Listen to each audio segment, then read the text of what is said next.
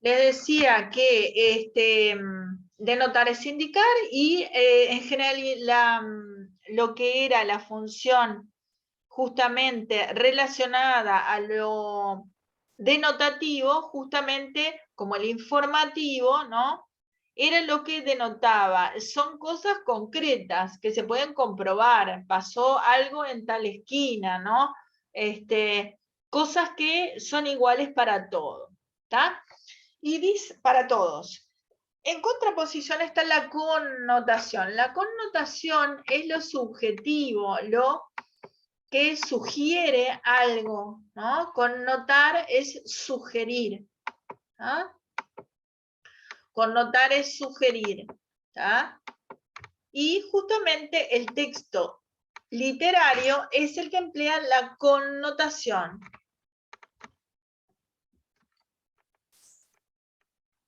Entonces, este autor también entonces señala que el texto literario es el que emplea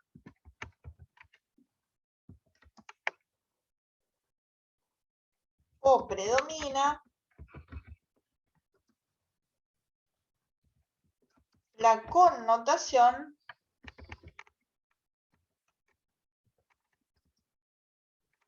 y la intención estética.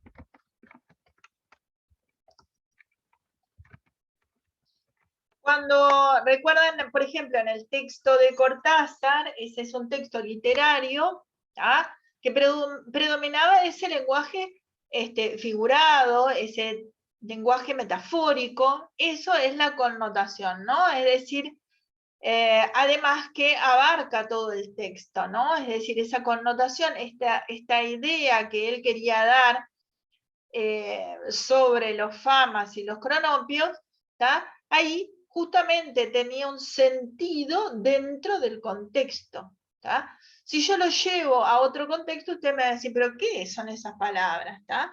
Tiene sentido dentro de ese texto literario donde él había inventado dos neologismos, ¿tá? En relación a lo que él quería expresar, ¿sí? ¿Van entendiendo por acá? Sí, se entiende. Ahí Sí, está. profe.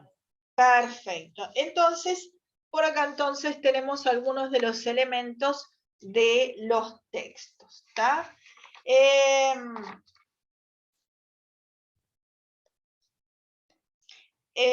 Un poquito ampliando lo que eran los recursos cohesivos, que se los voy a poner acá para no... Vieron que yo ahí les puse los diferentes recursos cohesivos.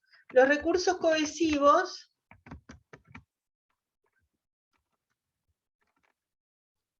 ¿tá? Son léxico,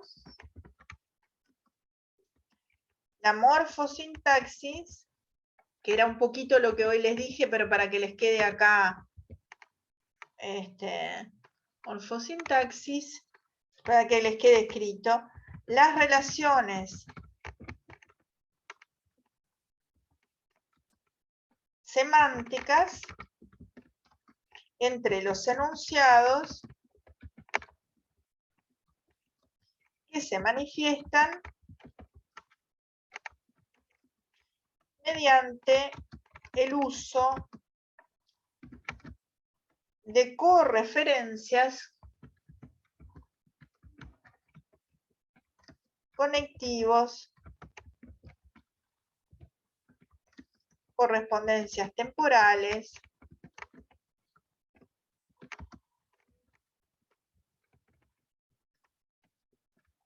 espaciales, perdón, temporales, espaciales, etcétera. ¿Ah? Acá hay alguien para entrar. Bien. Muy bien. Respecto a lo que es los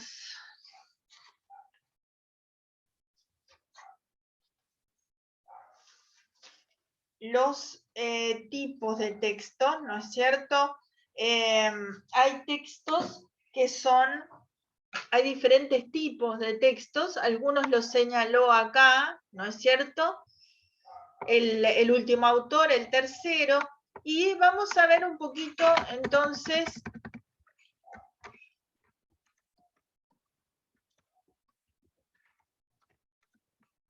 en relación a lo que es también la argumentación. Vieron que hay textos que buscan la argumentación.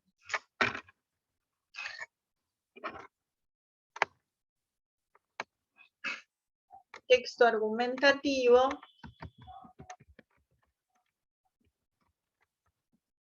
¿Ah? ¿Ustedes saben lo que es argumentar?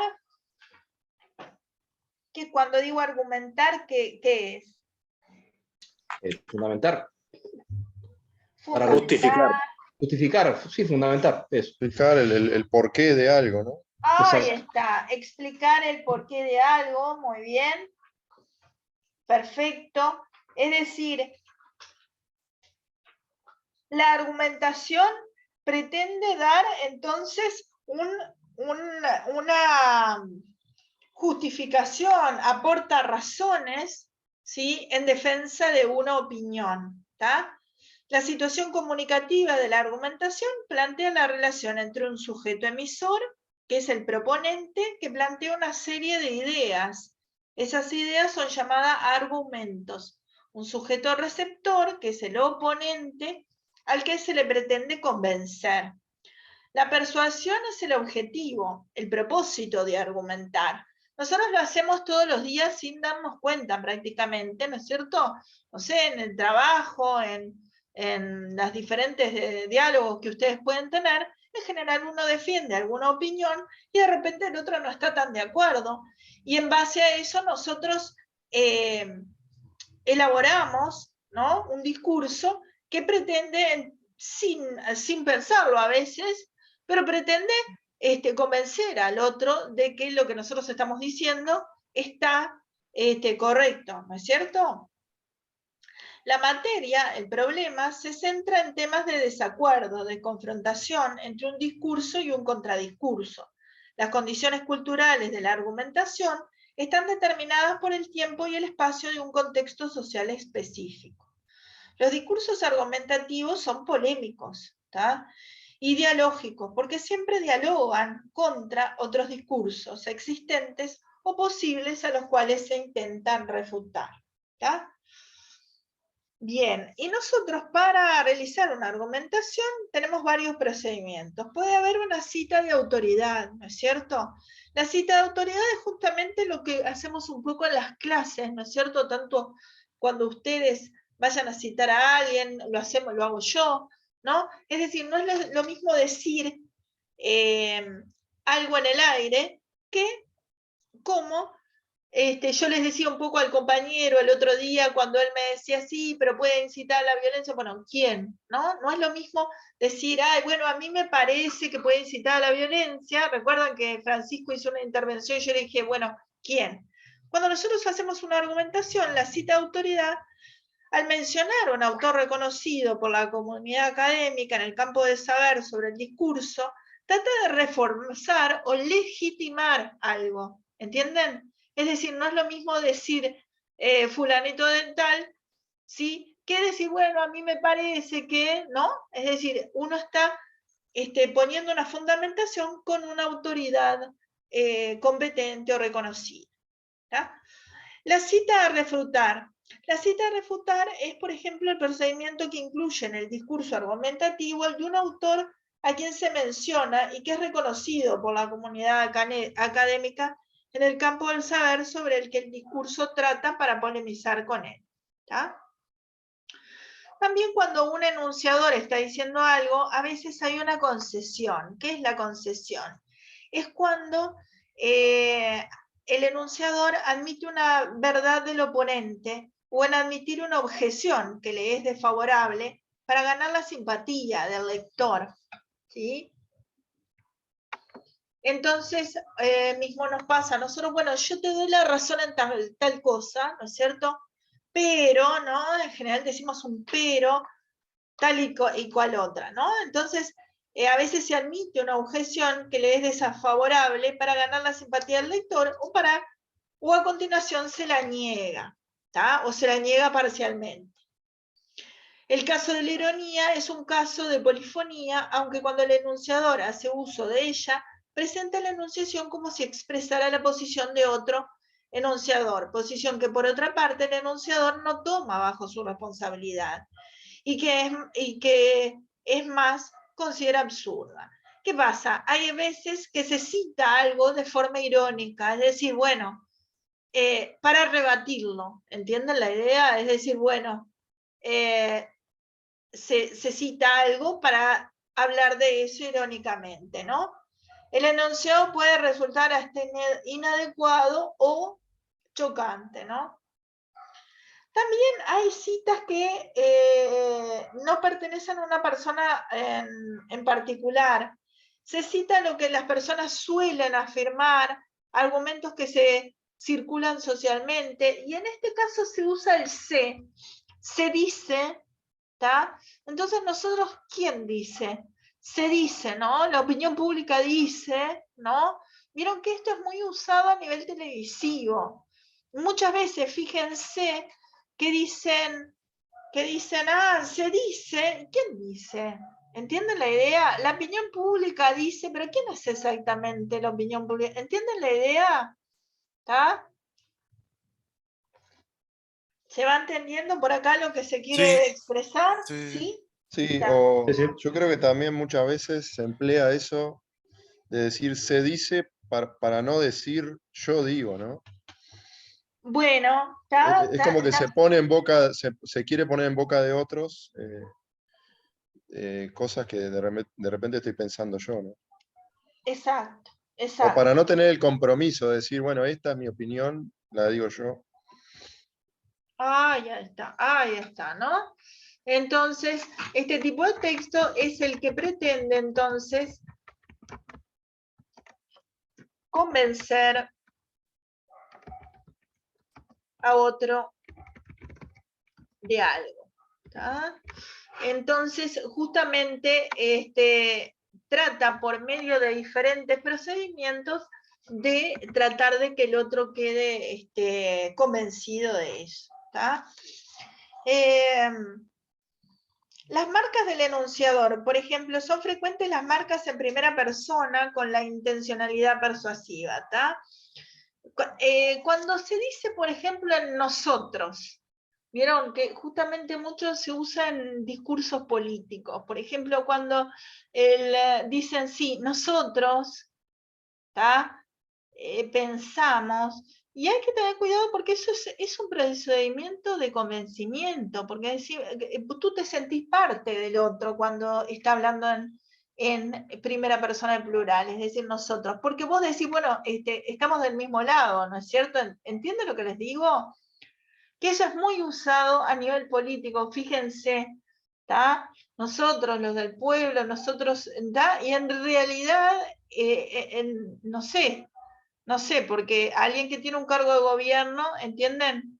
Digo, entienden la idea, ¿no? Es decir, este tipo de argumentación que pretende convencer al otro, sin entrar en polémicas de uno u otro lado, ni mucho menos que no corresponde, ¿no? Sí, ¿Entienden la idea? trata de incluirlo en un conjunto de pertenencia, ¿no? Ahí está, ¿no? Que es usado por todos los sectores. Acá no se pretende ni decir algo a favor ni en contra, simplemente hablar de algo que se dice, ¿no? Esto que quede claro, ¿no?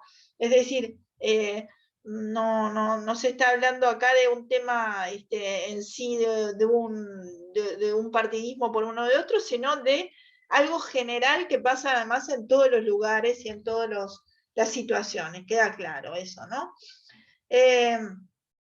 Otro elemento es la apelación. Cuando se invoca al destinatario, se lo incluye en el discurso y se lo involucra, que puede ser tanto por este uso de la primera persona como el uso de la segunda persona en verbos y pronombres. Por ejemplo, se reconocen, por ejemplo, cuando dice querido lector, ¿tá? Ahí el otro, si bien es un tú, pero al decir querido, está entonces tomando al otro, ¿no? Queridos estudiantes, ¿no? Es decir, ahí entonces esa formulación hace que el otro se sienta de alguna manera tomado entonces que se sienta apelado, digamos, ¿no? Bien, entonces, lo que entonces tenemos como estrategias argumentativas para influir en el destinatario, el argumentador utiliza diferentes estrategias, ¿no? Algunas son empleadas, se pueden basar en cuestiones como el hecho sobre el que argumenta, todos los lectores deben tener una opinión formada, ya sea de aceptación o de rechazo. Otra es el refuerzo de cosas admitidas por el destinatario como algo normal, justo, sensato. Otro es la modalidad por la que la argumentadora se presenta sus puntos de vista personales. ¿Tá? Un poquito de lo que decía el compañero. ¿Tá? Los juicios de valor, ¿no? A veces se cuelan en la argumentación para fundamentar, lamentablemente, ¿tá? Eso es un juicio de valor. Lo que me preocupa, ¿entienden? Por desgracia, ¿no? Todas estas son valoraciones que en realidad son subjetivas, pero de repente en un texto argumentativo se usan para hacer valer más hacer pesar más uno de los lados. ¿Entienden lo que quiere decir esto? Está. Luego las afirmaciones, jamás, evidentemente, es indiscutible, ¿no? Es decir, este tipo de textos entonces que quieren dar una idea para que el otro quede entonces convencido de lo que es entonces este sentido. ¿Tá? Bien, entonces, las partes básicas de la argumentación.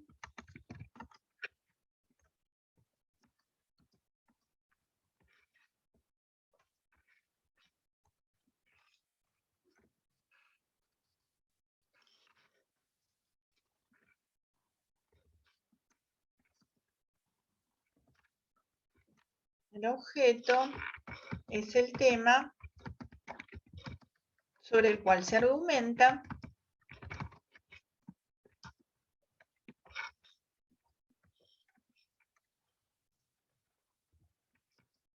La tesis es la postura ante el objeto de argumentación.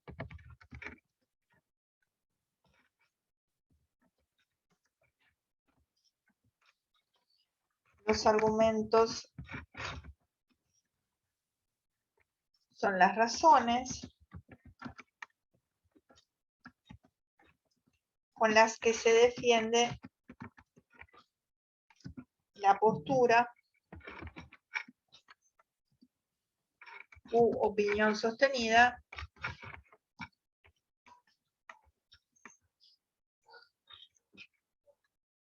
la refutación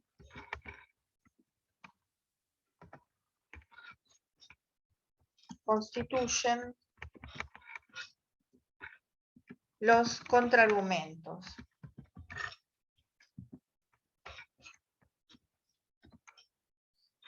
¿Esto es todo de Herculano de Carvalho? La conclusión. No. Yo ya pasé a un libro general. Les estoy dando en realidad de varias partes. Esto sería en general, ¿está?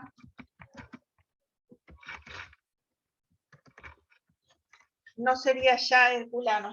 Ya he hecho referencia a 2 o 3 libros distintos para tratar de, básicamente, de darles, digamos, los elementos básicos, ¿está? Tenemos también los textos expositivos, ¿no es cierto? O sea, los textos explicativos.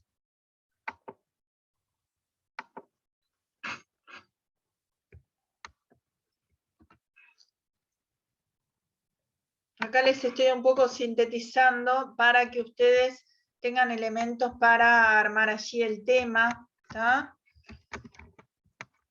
Textos explicativos, que no puedo escribir todo porque es más fácil. Esto en realidad, digo, hemos hecho un campañón porque les he dado prácticamente todos los temas, aunque obvio que si uno hubiera estado en un curso de más meses, se hubiera podido dar mucho más profundamente, pero bueno, para que tengan por lo menos una idea de cada tema, ¿no?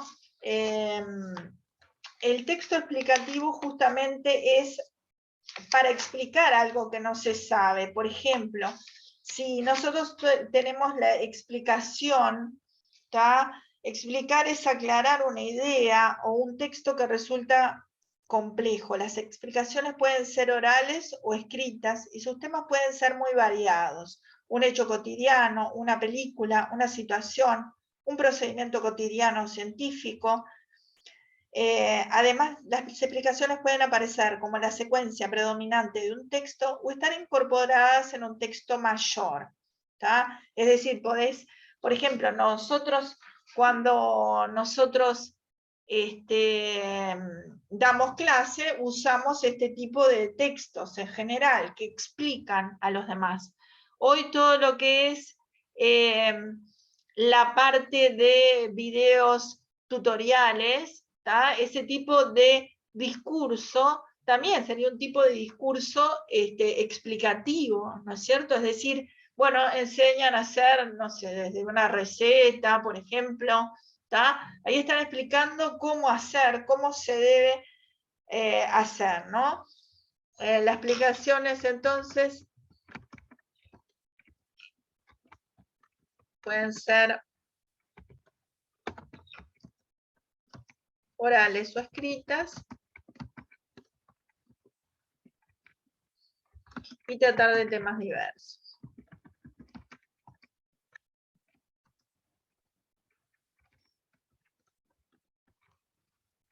Explicar es aclarar una idea o un texto que resulta complejo. ¿Quién se da cuenta cuál sería la diferencia del argumentativo con el explicativo? ¿Cuál sería la diferencia básica? Que el argumentativo es cuando, si hay dos opiniones, uno tiene que dar su opinión y explicar por qué. Y el otro es porque le está tratando de explicar algo que la otra persona no sabe, o que el que recibe no sabe. Ahí está. Sí, El argumentativo básicamente te busca convencer de algo, ¿tá? Es decir, te busca convencer de algo que justamente es el tema de lo que está hablando, ¿no? El tema sobre el cual se argumenta. En cambio, los textos explicativos solo te están explicando de algo. Digo, vos podés estar de acuerdo o no, que no interesa, en realidad no es el tema de interés si vos estás de acuerdo o no, sino explicarte cómo hacer algo, explicarte un tema, ¿tá? Aclarar una idea, ¿tá? O algo, ¿no? Es decir, por eso les decía, todo lo que es YouTube son, la parte de tutoriales, son explicaciones, ¿está? Queda, es decir, es un tipo de texto que busca aclarar algo, o cómo hacer algo, o cómo es algo, ¿está? ¿Queda? Sí, puede ser un manual de algún elemento, algún electrodoméstico, alguna cosa así, ¿no? Exacto. Bueno, el texto narrativo, un poquito ya lo vimos con lo que dijimos hoy en lo que es la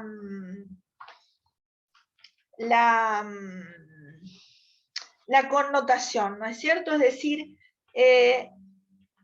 un texto narrativo puede ser literario o no literario, ¿tá? La narración es un relato de hechos reales o imaginarios que le suceden, ¿tá? Pueden ser a personajes o personas, ¿tá? Y se dispone en un orden lógico causal. ¿Queda? Entonces,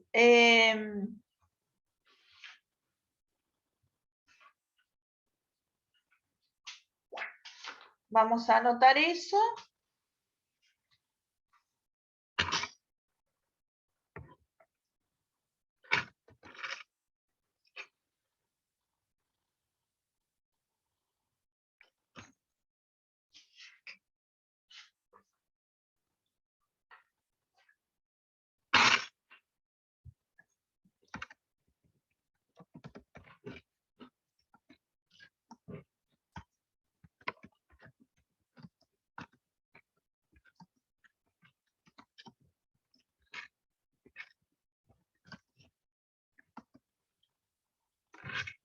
¿Está?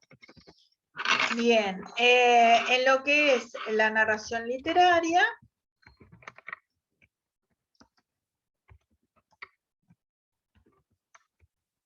los hechos le suceden a personajes. ¿Está? Bien.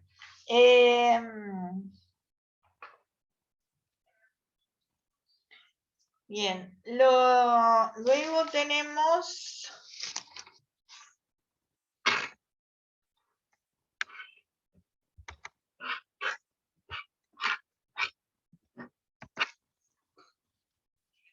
otro tipo de texto, es el texto epistolar.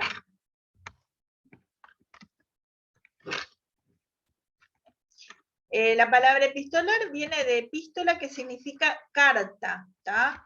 Son las cartas, ¿tá? Que también tienen una estructura particular, ¿tá? Tenemos cartas formales o cartas no formales. Hoy en día acá entraría también lo que serían los mails, ¿tá? Es decir, el mail ha sustituido este tipo de la carta, ¿no es cierto? Y que en general, bueno, puede tener infinitos móviles una carta, pero muchas veces son, por ejemplo, pueden ser una carta familiar, ¿no? Pueden ser cartas literarias, ¿tá? Pueden ser cartas formales, pueden ser cartas oficiales, comerciales, administrativas, ¿tá? En las cartas formales, la organización y el lenguaje son más rígidos, predomina la función apelativa. Muchas veces, por ejemplo, tenemos cartas, por ejemplo, yo qué sé, de UTE, etcétera, ¿no? Ahí nos da una información de algo concreto, ¿no? Las cartas informales se clasifican en familiares, amistosas, personales. La organización y el lenguaje son más libres, predomina la función expresiva, ¿tá? Luego tenemos las cartas literarias, que pueden ser en prosa o en verso. La organización es muy libre, ¿tá? Y el lenguaje es el literario y, como ya hablamos, de la connotación, ¿no? Y predomina la función poética, ¿tá? Entonces, vieron que allí tendríamos varias formas, entonces, de clasificación dentro de ese tipo de carta. Si bien digo, de carta. Entonces, en principio, cartas formales, ¿no? Y cartas informales. ¿Ah? Luego tenemos, ya dimos entonces argumentativo, narrativo, explicativo, epistolar.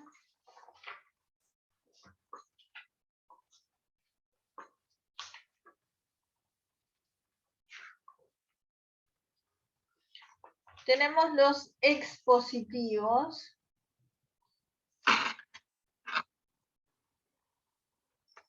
que son parecidos a los explicativos.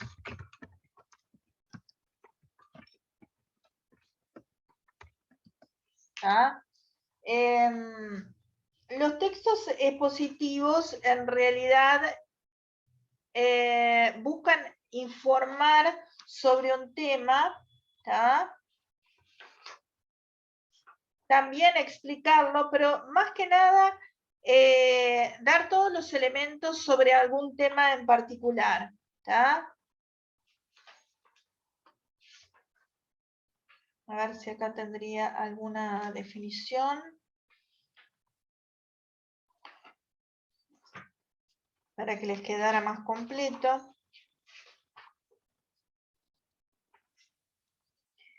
Por ejemplo, las investigaciones científicas, sí, que tienen como finalidad la expansión del conocimiento y mejoramiento de la calidad de vida, ¿no es cierto? Estos textos presentan los resultados de investigaciones, son técnicos, circulan entre los propios científicos, ¿tá? Así que entonces vamos a... Tienen la finalidad de la expansión del conocimiento.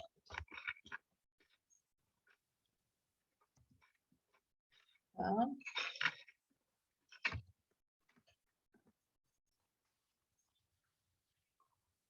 Son formales, técnicos.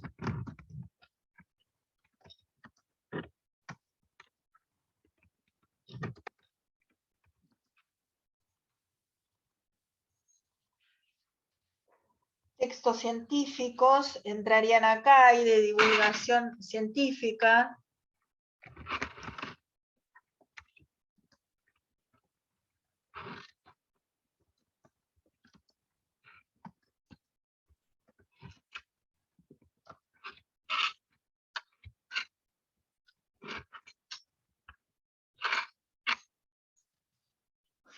Bien. Bueno, vieron que, por ejemplo, cuando toda la información que hubo sobre el COVID, etcétera, ahí teníamos, nos llegaban todo tipo de textos, ¿no? Pero llegaban también lo que eran los textos científicos, ¿no es cierto? Es decir, lo que, lo que podía de repente informarnos de una manera más seria, ¿sí? Luego, también tenemos lo que sería el texto en verso.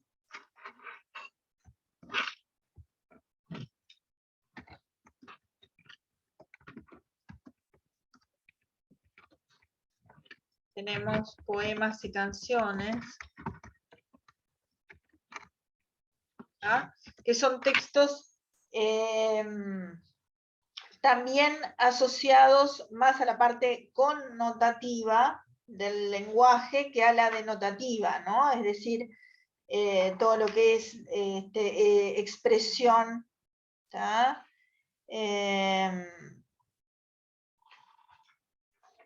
Predomina la función poética, ¿sí?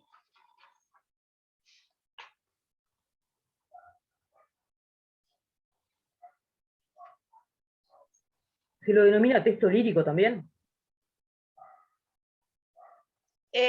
No, porque sí, sí. En realidad el género sería género lírico, ¿tá? Género lírico, ¿tá? Ya ahí estaríamos hablando de géneros literarios, ¿no? Es decir, de tipo de géneros. Acá en general hablamos de cómo puede ser un texto en realidad en relación a lo que trata, ¿no es cierto? Y cómo lo trata, ¿tá? En general. Bien, creo que por acá, si bien pueden ustedes encontrar, digamos, según diferentes autores, más variaciones, pero por lo menos hemos tenido una idea de lo que es en general esto. Les quería decir algo sobre el contexto. antes de que termine la clase, queda muy poquito, que tenía... El contexto, como lo vimos, era todo lo que rodea, ¿no es cierto?, al acto de enunciación. ¿Ya?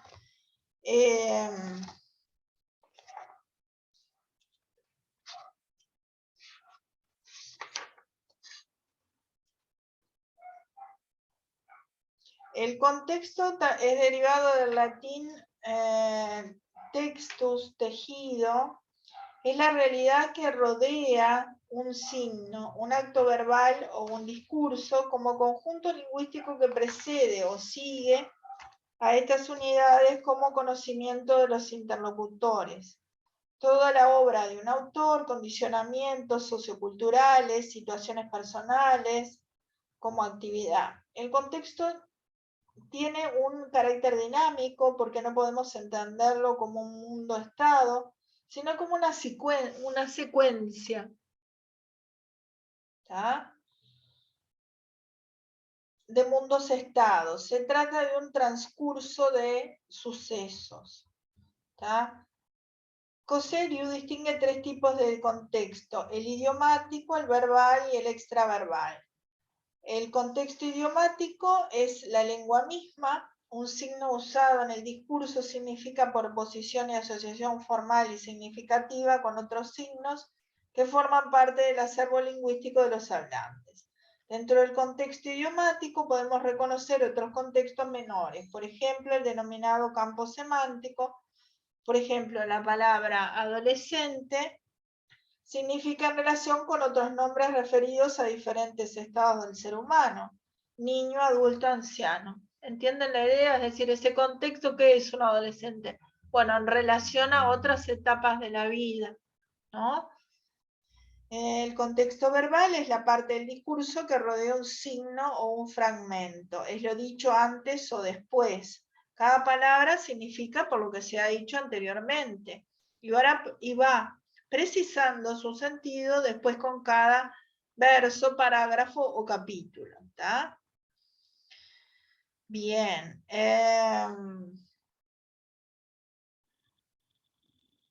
Bien. El extraverbal, que era el otro que nombraba, Cosseriu denomina contexto extraverbal a todas las circunstancias no lingüísticas que son conocidas por los hablantes, las cosas que están a la vista, estados de cosas que se conocen, el universo empírico, el sol, la tierra, los animales, etc.